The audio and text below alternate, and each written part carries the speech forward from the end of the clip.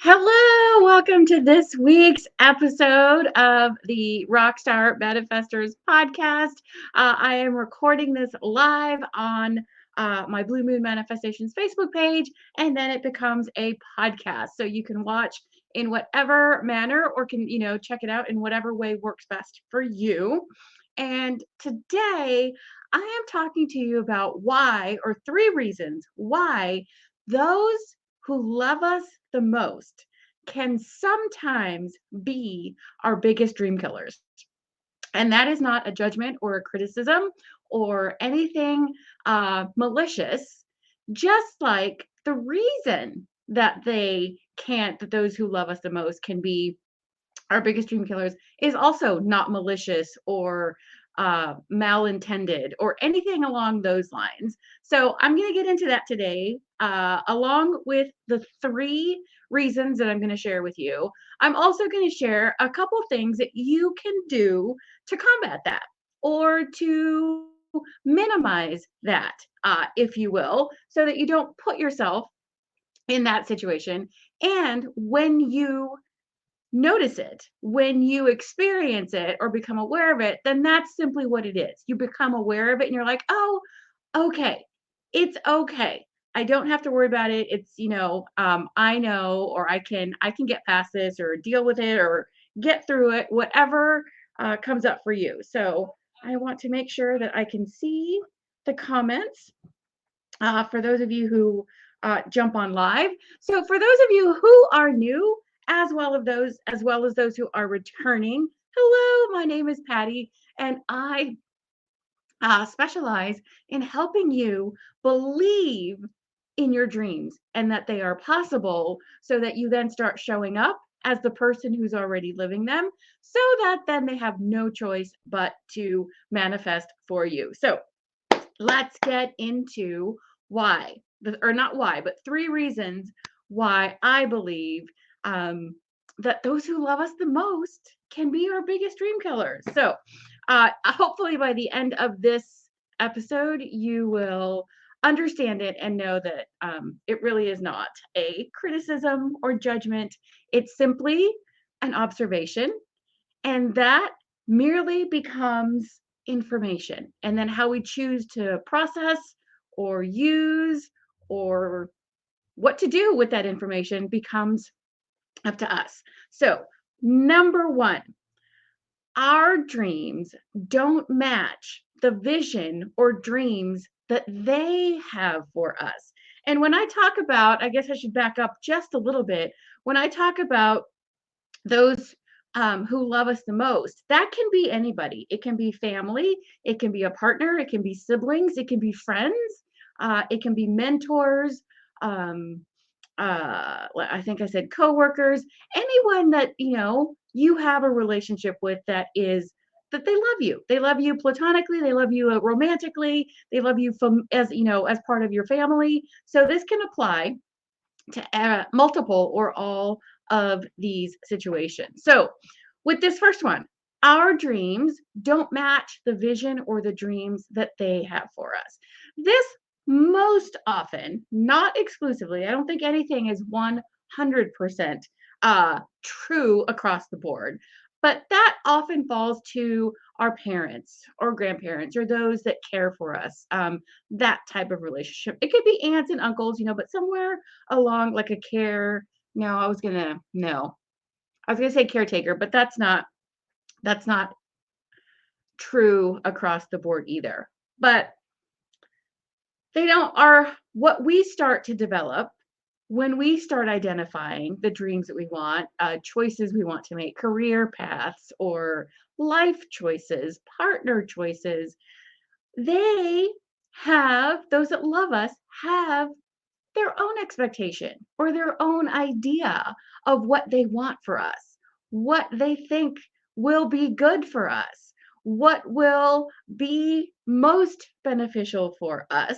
And if you listen to last week's episode about boundaries, I referenced a retreat that I recently attended, and this is a little bit coming from that as well. Not so much um, the three reasons that I'm talking about today, but when I talk about that our dreams don't match the visions that those who love us have for us, it basically comes down to the fact that they have desires for us. They have a manual, like an owner's manual for us. We have it for other people as well. We don't see it that way, but I'm going to do another episode down the road specifically on that, on the fact that we have an owner's manual, aka expectations of and for other people, and they have that owner's manual, aka expectations for us as well. So when our dreams start to kind of veer from that, it starts to send up like, no, no, no, that's not what I want for you. That's not the right path for you, because from that place of love, from that place of caring and wanting good things for us, they have a vision. And that's where the juxtaposition comes in, where it's like it doesn't match the actions that we're taking or the choices that we're making or not making, don't match what they see for us. And sometimes what they see for us may be grander than what we desire. And other times, what we desire may surpass, or really they have no concept or understanding of the things that we desire and start to go for and want for ourselves and for our lives. So, knowing that hopefully will help to stop that defensive reactions. Like, well, I know what I want. You can't tell me what to do, because I've been guilty of that. I've been guilty of feeling and thinking that way. And the once, doing this work and figuring it out, the example, or I don't know quite what it is. It's not a, I guess it's a story or the example, but that I that I share is when I was a teeny tiny baby. So I'm the firstborn, I'm the oldest, and then my brother's the youngest. And then we have sisters from my dad's second marriage. But when I was a teeny tiny baby, I like to say that when, when my parents looked down at me in my crib and had all these visions of my life, this isn't probably what they what they envisioned. And my life choices and the steps or the sequence of events may not be what they envisioned. And that's okay, because of course they want the best for me. Of course they want great things for me. And they have their own ideas about what that is, based on their life experiences, based on stories and circumstances that they have developed and um have told themselves or have created. And also, when anyone goes through something challenging and they know the results, how many times do we try to help other people avoid that? And sometimes that's beneficial, like, hey, this is a detour and it'll get you there faster. And sometimes it's not. We all, every single one of us, need to experience our own challenging times, our own setbacks, our own failures, even though those that love us really want to protect us from that, right? And if you have children, I'm sure you can relate to that, right? We want to protect other people that we care about from getting hurt. The hot pan or the hot pot on the stove, and telling children to not touch it, really, the only way they learn why is when they do. Either it's a tiny, they either touch it and it's hot on their hand, or sometimes they do get burned or something gets spilled. But now having that reference point is how they're like, oh, that's why. That's why. So it's that difference between knowing it, you know, logically, and experiencing it. So that's the first reason. Our dreams don't match the vision or dreams that they have for us. Secondly, the second one I'm going to share with you today is those who love us want to keep us safe. I was just talking about that. And so they have seen us experience things. They have a story or an expectation of us based on our past habits, based on our past interactions with them, based on our past attempts at certain things. And so they develop a story or an expectation of how we're going to then how we're going to therefore act or behave in the future. And when we start to change or do something differently, it's kind of like, wait, I don't know what's happening. And again, sometimes that's for the positive, and sometimes it's not so positive. So they want to keep us safe.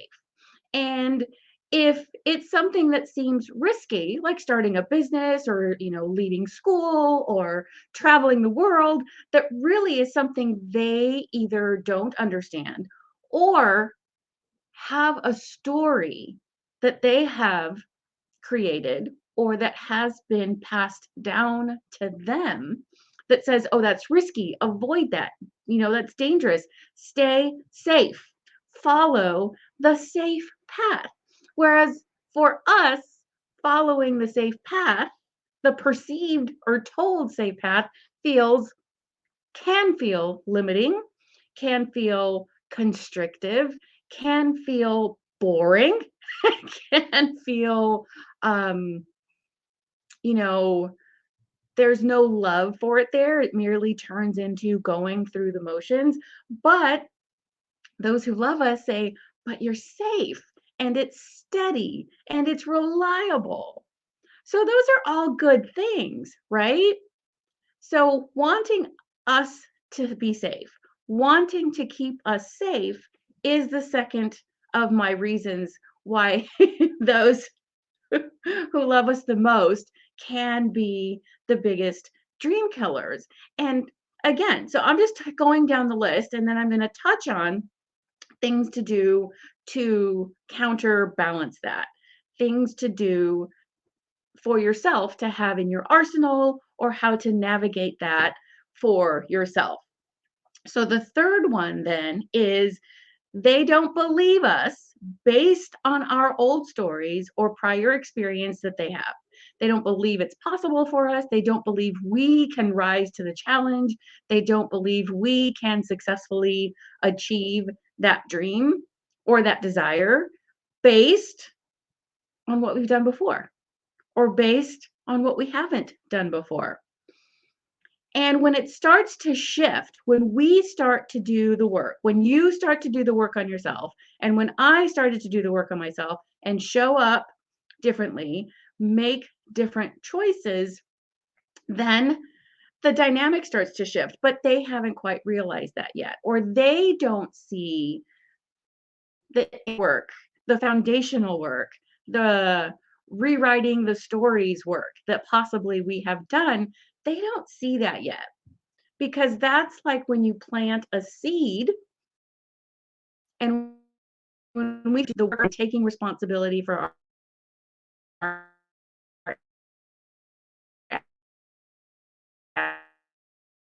actions and responsibility for the seed develop. And the roots start to develop and go down into the soil to establish the foundation of that plant or tree or whatever it is.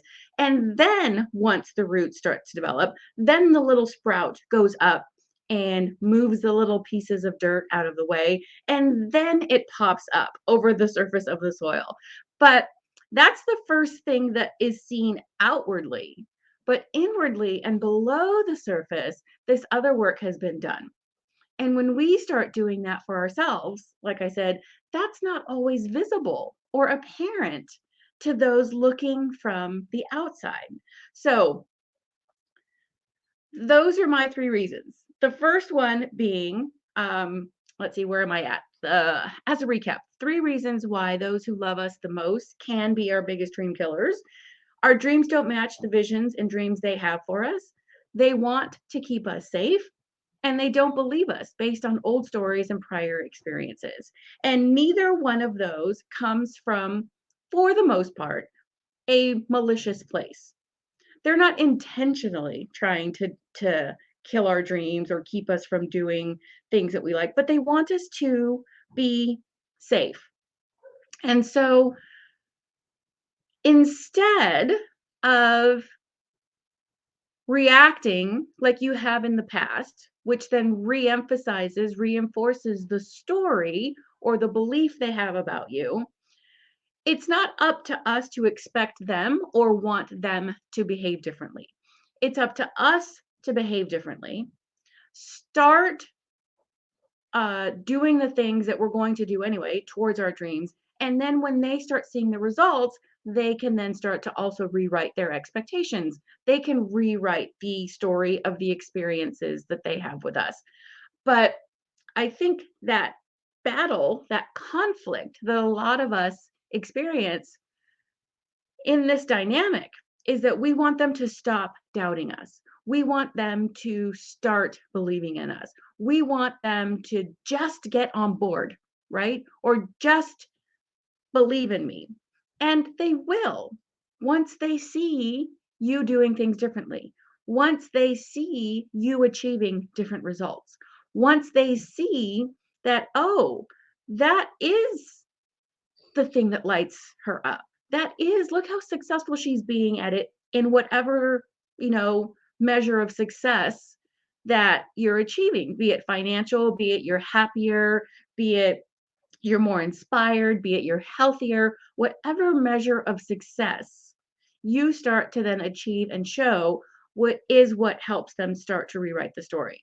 And bottom line, if they never rewrite the story, if they continue to cling to those old beliefs and stories, that doesn't matter.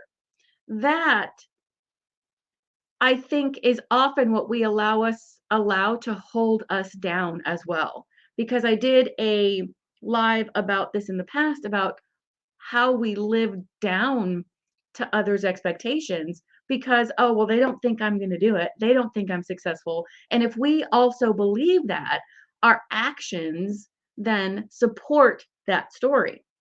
So it's not up to anyone else to believe in us. It's not up to anyone else to do the work for us. It's not up to anyone else to come save us. All of that is our own responsibility. That saying, like, not my monkey, not my circus, not my monkey, something along those lines. That's the same way of thinking you should look at them. Like, if they don't believe in me, that's okay. I'm not their circus. I'm not their monkeys. I'm not their monkey. Even if you're their child, or even if you are their spouse, or whatever relationship that is. Because ultimately, it's up to us to take the action, to take responsibility, to rewrite the story, to demonstrate different results, not anyone else. Because think about it, if you were to turn the focus on someone else. Like, you see someone else going for something or trying something new, and you're like, oh, they're not going to do very good at it. Or why would they be trying that? That has absolutely no appeal to me. So try to see yourself, to flip the perspective where you have done that based on the experiences you have with other people, based on their history, based on their track record. And that track record is not false. That track record is what it is for us, for them, for everyone. We all have our own track record. It's also not necessarily predictive of the future. If we start to do things differently, we'll achieve different results. If we continue to follow the same patterns, we'll achieve the same results. So the past experiences and past stories, again, are what they are, but they don't need to be predictive or forecast what will happen in the future. The difference, or the key, being once you start to do the work on yourself, once you start to believe in yourself, and once you start to demonstrate, then it really starts to not matter. It really starts to not matter, and you don't get defensive. You don't get argumentative when someone says something. And I shared this story before, but and just to exemplify that it doesn't matter, I used to be a smoker. And so for many years, I would say, and I would tell, my mom and other people, I could quit or stop whenever I wanted. And to be honest, that was the truth. I actually happened to enjoy smoking. I like, it relaxed me. It was a habit that I got into, and no one forced me. I did. And last Christmas, we were talking about that. My mom says, "I never believed you," or her. She was talking to someone else. "I never believed her when she said she could stop, but she did." And that's a very simple, basic example. But when I would say, I could stop whenever I want, or it doesn't bother me to not smoke, it's something that I enjoy, I didn't have or feel the need to prove myself. I knew it. I knew it within myself. So when my mom or anyone else didn't believe me, I'm like, that's okay.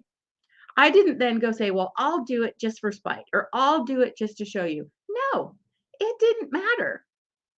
It didn't matter because I was the one that was doing it, and I was the one who knew that I could. And then when I got to the point that I was like, "Okay, this is now a change in my life that would benefit me. It's time," or I just started, um, not identifying, like, the life that I was building and the desires that I had.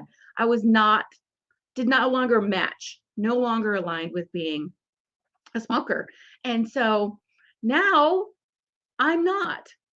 And a little side note about that, which goes to the mindset perspective of it. I still, to this day, it has been years that since I've had a cigarette, or since I stopped. I still to this day do not say that I quit. I say I used to be a smoker. I used to smoke. And I also say that I'm not smoking now. Because if there comes a day where I feel like having, sitting down and have a cigarette or whatever, I'm going to allow myself to do so and not judge myself because I've experienced that in the past. I can do that one activity and in that moment, if that's what I feel like doing, and then go on, back to not smoking anymore. So that's just a mindset shift, which I will also talk about more along the lines how and who we identify as is the thing that actually leads our actions, not the goals that we're pursuing. These are all things that are coming down the pipe that are on deck, if you will, for stories and topics to talk about. So I didn't care that no one believed me. I knew it. I believed myself, and I didn't feel the need to show anybody or to prove it. And that when you start noticing that type of indifference when other people don't believe you, then you know that those roots, that foundation that you have started and that you continue to work on are really becoming solid and secure.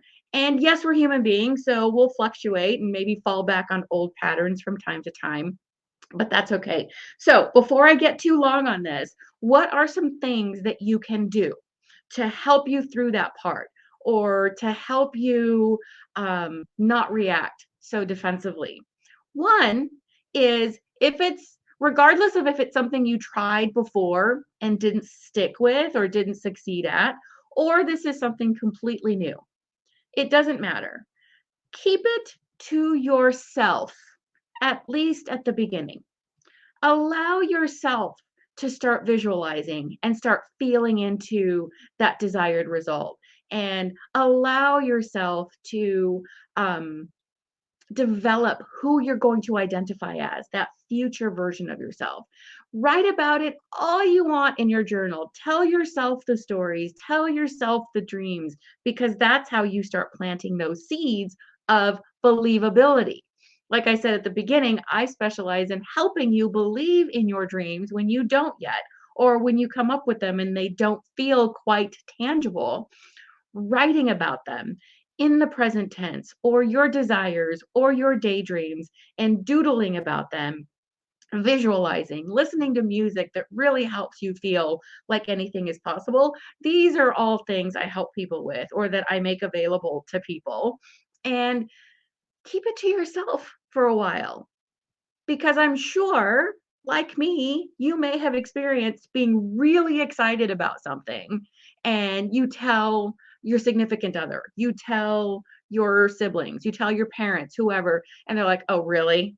Really? You're going to try it again? Or do you really think that's possible for you? Do you really think that's in the cards for you? That's what I mean by dream killer. They're like, oh, it's like they squash it right before it even gets a chance to get going.